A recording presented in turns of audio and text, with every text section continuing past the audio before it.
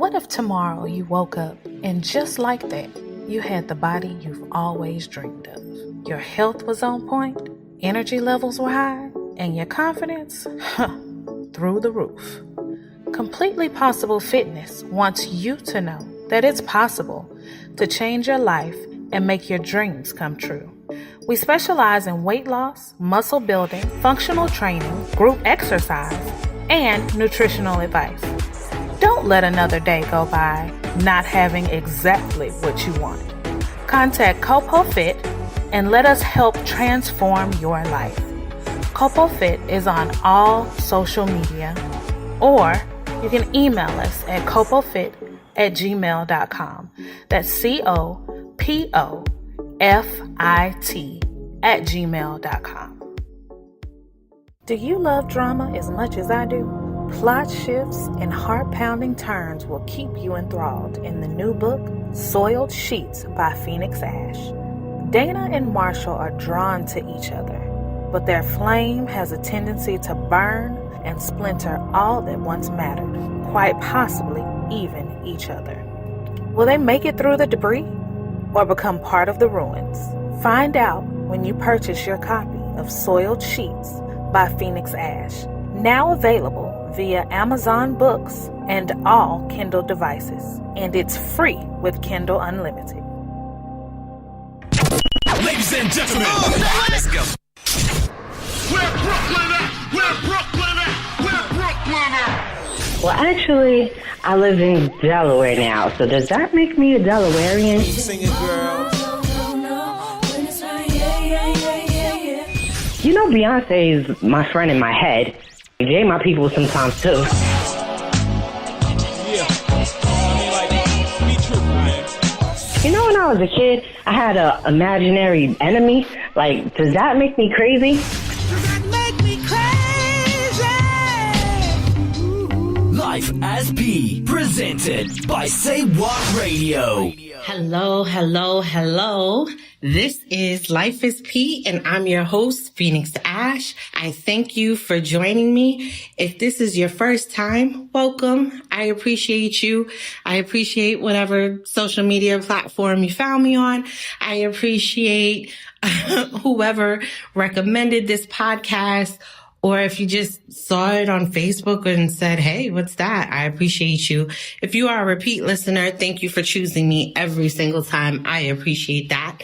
So if you don't know about the format of the show, I'm on a journey. I'm a writer. I am an author. Yes, I am. It's taken me a very long time to claim that, but I'm claiming it now. So that is me. I am on a journey. I was very late in life in terms of pursuing what it was I was called to do, which is write my story, write every story that's within me. And I am pursuing it full force, full throttle, because I feel like I've wasted so much time and I don't know what I'm doing. So there's that.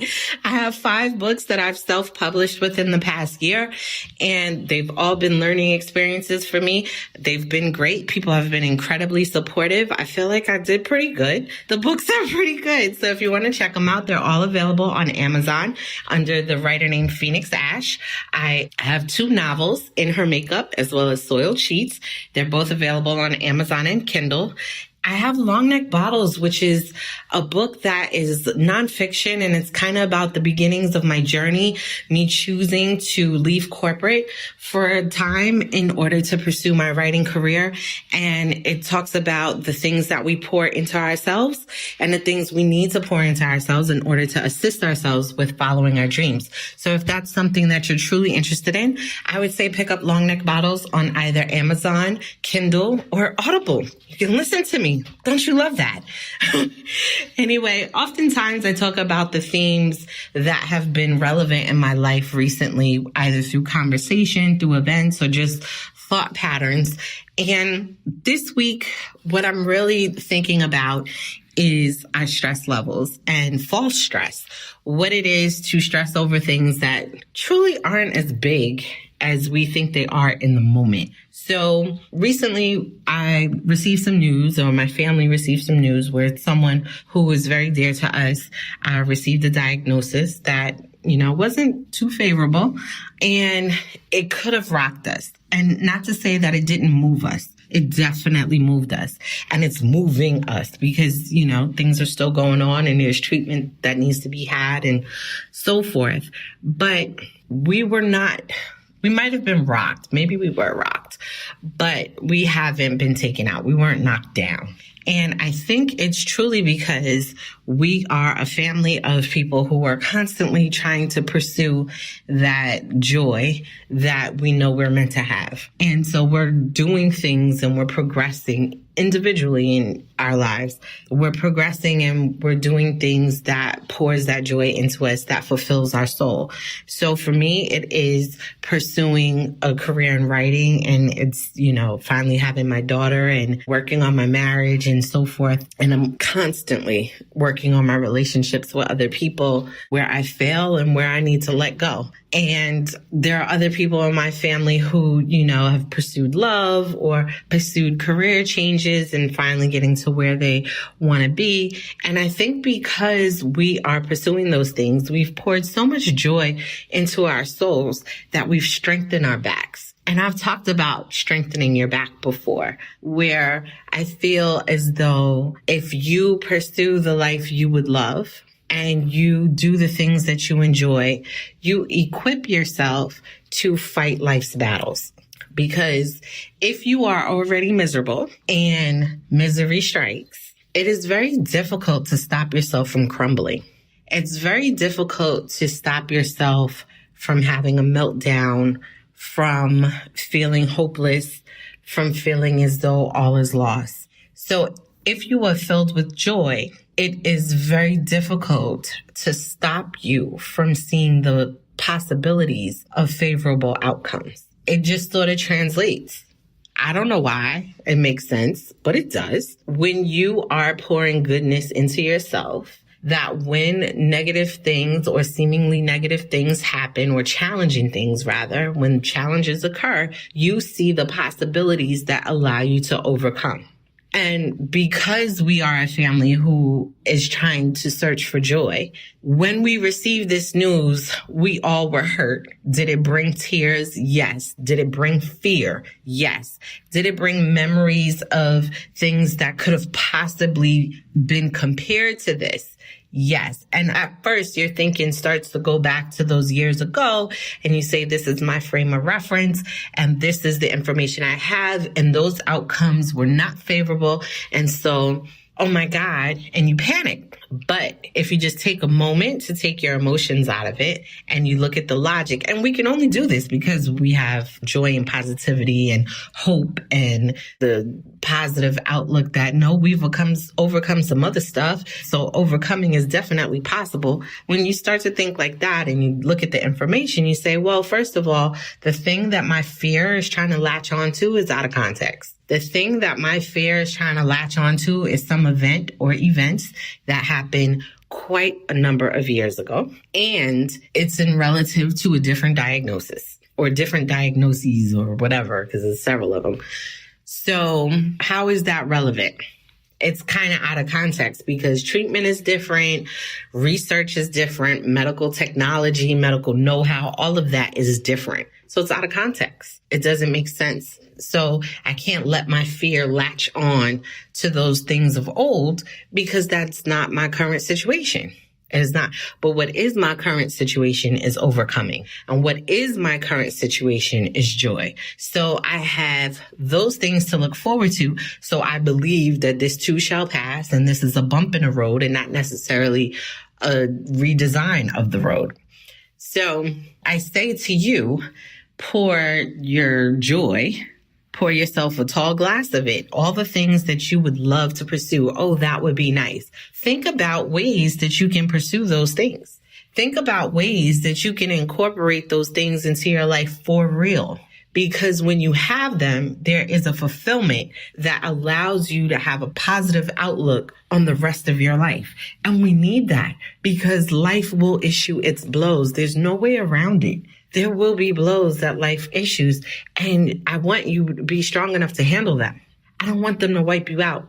Not one blow. No, I don't want them to wipe you. And sometimes, they say things come in threes. So maybe it's not one blow I'm talking about. Maybe I'm talking about 3 blows. I still don't want it to take you out.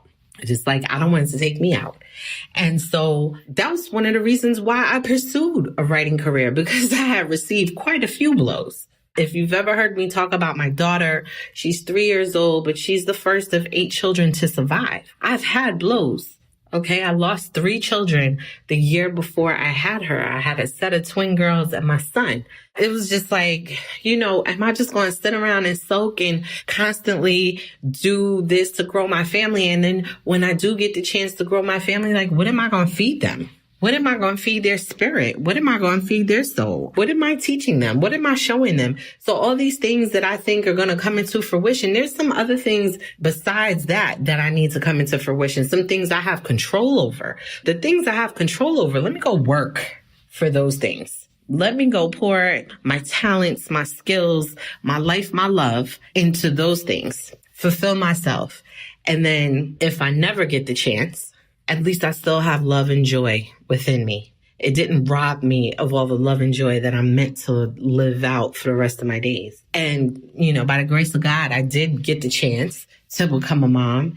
And I feel like these are the things that I can gift my daughter. And if I did not become a natural mom, I would have adopted. And that's fine. That's a mom too. Whatever. I still would need these things to pour into that child. Like, what would I be doing with the child in my household if I didn't have hope, love, dreams, accomplishment, soul on fire kind of things to pass on? Those are the things that I want to pass on to my child, to any child within my circumference. That is what I want to pass on. So I need to have my back strong. I need to feel that joy. I need to build my muscle. I need to stand up straight, because when I get this diagnosis, or when I hear about this diagnosis that, a family member received, how am I gonna be strong if I'm already crumbling? If I'm already beating myself down with misery, if I'm already, this is the bed I made, or if I'm already forcing myself to stay in this job that I hate, or if I'm already forcing myself to stay in a relationship that just is no good for me, if I'm always getting beat down, how am I going to stand up? I gotta stop the beating at one point. At one point, I need to take the in-between time, because life don't care sometimes. So I gotta care twice as much for me. I do. And so I feel like I said, the diagnosis, it moved us. Word. There's a lot of tears, but there's a lot of hope. There's a lot of hope. There's a lot of belief. There's a lot of knowledge of overcoming. And I truly believe that this is a bump in the road. I truly believe that. But, last week I was stressing about a whole set of other stuff that seems so small in comparison. Like, that stuff don't even matter. I'm not even stressed about that stuff anymore, because I'm like, I almost forgot that don't matter. I'm like, well, I'm stressed over that. Like, this is the stuff that matters. This is the stuff that I care about. This is the stuff that, if it goes one way, can change my life, or go another and might change all of our lives. But all that stress that I had last week doesn't make a difference. It doesn't. It doesn't matter. The people who were trying to give me grief, the people with the condescending tone, or the people who were back and forth and didn't have the right information and try to blame me for not having the right information, or the people who didn't appreciate my work, or the circumstance that seemed unfixable, or that it was taking too long to fix, or the book that won't sell, or the review that nobody's going to write, or the post that nobody sees, or the retweet, whatever. None of that matters. It matters and it doesn't. I can't say it doesn't matter. It matters within its context. But in the grand scheme of things, as long as I keep pushing and I'm doing the things that fulfill me, then those outside things, how people react to me, what people say, that stuff, it gives you stress. But it's like, does it really need to? Does it really need to? Does it rob you of being equipped to handle tragedy? Because tragedy is real. It happens. Car accidents happen. People get diagnosed. People lose their children. People lose their parents. People lose their siblings. All kind of stuff. People get injured, people get hurt, people get their heart broken. But like the little things about the person who sits next to me at work annoyed the hell out of me or just won't mind their business, I don't need to go home and be stressed about because you won't mind your business. I don't. And I know it sounds so non-critical because it is. I know it sounds like, Pete, what you talking about? That sound like it don't make sense. Yes, when you say it out loud, but stop acting like you don't be stressing over these little things. That's what I'm trying to say. Like, we need to take the time out to say, you know what? In the grand scheme of things, does this thing matter? Because I know if I keep pushing and I keep pursuing that, regardless of what's happening right now, I'm going to get to where I'm going. I'm going to get to where I'm going. I think it was Langston Hughes who said, oh my God, I'm going to try to do a quote. You know, I don't be remembering stuff. Was it Langston Hughes? I think it's Langston Hughes who said, if there's one thing he's learned in life is that, I know I'm butchering it. Basically, the gist is that you can get anywhere in life if you really want to go. You can basically get anywhere you want to go if you really want to go. There is a way.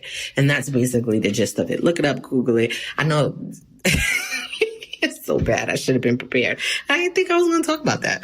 It just came up in my mind like, this is relative.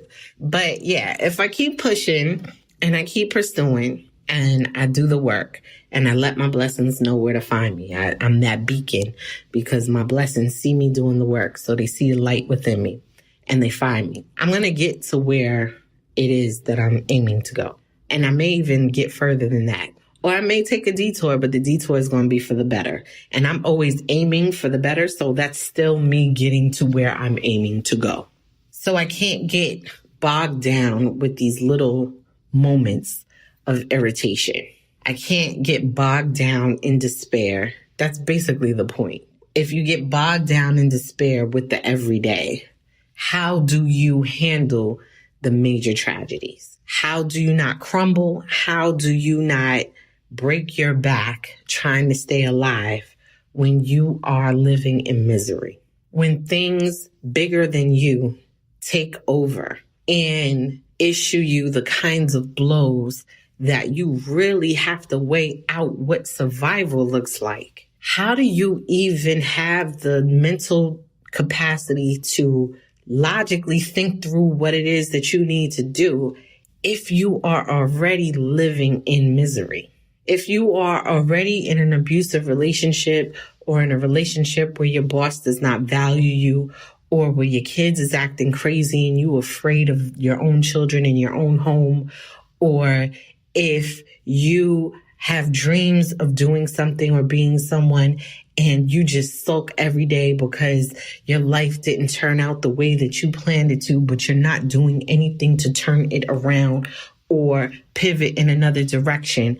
When you're living like that, how do you handle life's blows? I honestly, because that's not my mindset, I really don't know how. Because I've been in a situation where I was sulking and thinking about, oh, it would have been nice. Oh, I should have did. I would have did. And then I was receiving these blows and it was almost taking me out. Like, I can't lie. I haven't been standing up straight my whole life. It almost took me out this time. So I was just like, what am I going to do? But the thing is, there was something in the back of my mind, my mother passed away when I was 8 years old, but there was something that she instilled in me in the first 8 years of my life that said, you better not just roll over and die. And I've talked about her before. She had a husband who was dying of leukemia. Her sister was dying of colon cancer, and she was diagnosed with breast cancer herself. Then her sister died, her husband died, and my mother with breast cancer is like, you still going to give me that PhD. You going to run that because I'm not leaving this earth without it. I might die, but I'm going to die a doctor. And sure enough, she got her PhD and died shortly after because the breast cancer metastasized to her brain. But you better run that because she's not just going to roll over and die. And within 8 years, she was able to instill that in me. So even though I was getting down and depressed or whatever, I still had, and that's why I'm so adamant about passing on this joy and how to pursue your joy and how to pursue your passion and live the life that you want to live to my daughter. Because, my daughter's only 3. And I'm like, okay. At the very least, I had 8 years of that. And 8 years was enough for me to go through everything I went through and something in the back of my mind say, you better not roll over and die. You better figure this out. You better figure out how to stand up straight And it's not that you ain't going to cry, but you're going to stand up while you cry. You're not going to be crumpled in a corner, hugging your knees, waiting for the blows to stop. You're going to stand up and stop them blows yourself. And that's what I'm saying. Like last week, I was all stressed about nothing. This is real stress. But you know what? We're equipped. Because even the person receiving the diagnosis, even she was like, you know what? I feel good today. She got some stuff done. She got some stuff accomplished. She did some stuff at work or whatever and was like, I feel good today. And she's like, you know, I got the job that I love. I'm doing the work that I love. I'm meeting the people I love. I got the people I love around me. My family is good. My family loves me. I love them. And things are going in the right direction. And so she felt equipped to deal with her diagnosis, equipped to go forward, equipped.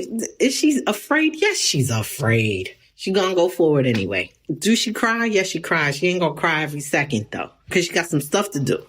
She ain't gonna cry every second. She's gonna think logically. She's strategic. She's thinking about how to move. And that's because she had joy previous to this bitter news. So that's what it's going to be. When we think about the grand scheme of things, that's my hope, that it's going to be just a drop in the, it was just some bitter news. Handled it, took care of it, got treatment, whatever, and moved on. But filled her life with so much joy previous to that, that she's equipped to stand up to whatever it is that's challenging her right now.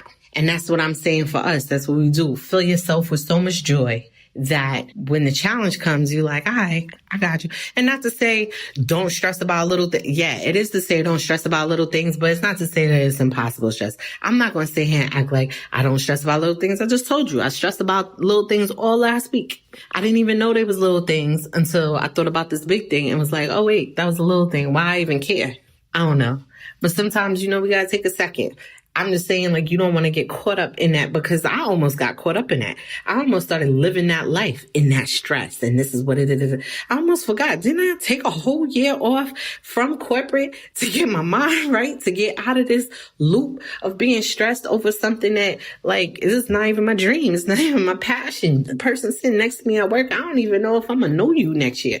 Like, what? Because I got to handle the people I care about. The people I care about is me, my family, my audience. I love you guys. And I thank you for listening to me as much as you do. I thank you for all the times people get at me on Twitter, on Instagram at PWrites, or on Facebook, Phoenix Ash. You come, you get up in my DMs, you talk to me, you want to say, hey, what's up? I want to talk about this character you wrote about. Hey, I read Soiled Cheats, or I read In Her Makeup. People want to talk about it. I love to talk about the books. I love to talk. But I appreciate that. Those are the things that matter to me. Those are the messages that matter to me. Those are the things that tell me that I'm doing what I'm supposed to do. And it's just a reminder that this little piece of thing that's not going right in the second, it's not something to stress over. All right. So what? I came in the building and my badge don't work. So what? My boss is being a jerk today. Okay, I messed around and forgot to send an email from a certain mailbox that was supposed to come from another. Like, okay, it's all recoverable. It's all recoverable. I want you to take it easy on yourself sometimes. I know that being entrepreneurs, being passion chasers, being goal getters, we sort of like take on the pride of how hard we are on ourselves and how we push ourselves and we don't sleep. And that's not necessarily a good thing. Push yourself, yes, but not to the brink of exhaustion where you can't think straight, because sleep is definitely critical for thinking straight, for making good decisions, for thinking logically, for thinking strategically. So don't take on, because all these other people is just like, sleep? What? Sleep when? I sleep when I'm dead. Like, whatever. They go to sleep. Stop it. They do.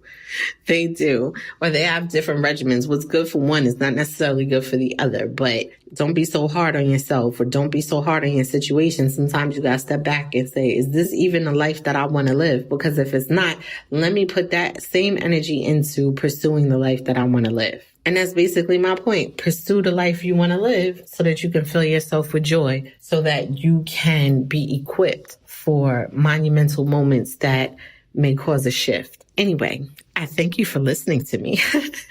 I appreciate every moment you give to me. Again, if you want to get at me, please reach out at PWrites on Twitter or at PWrites on Instagram. I'm also Phoenix Ash on Facebook. I look forward to all of our conversations and all of our exchanges of power.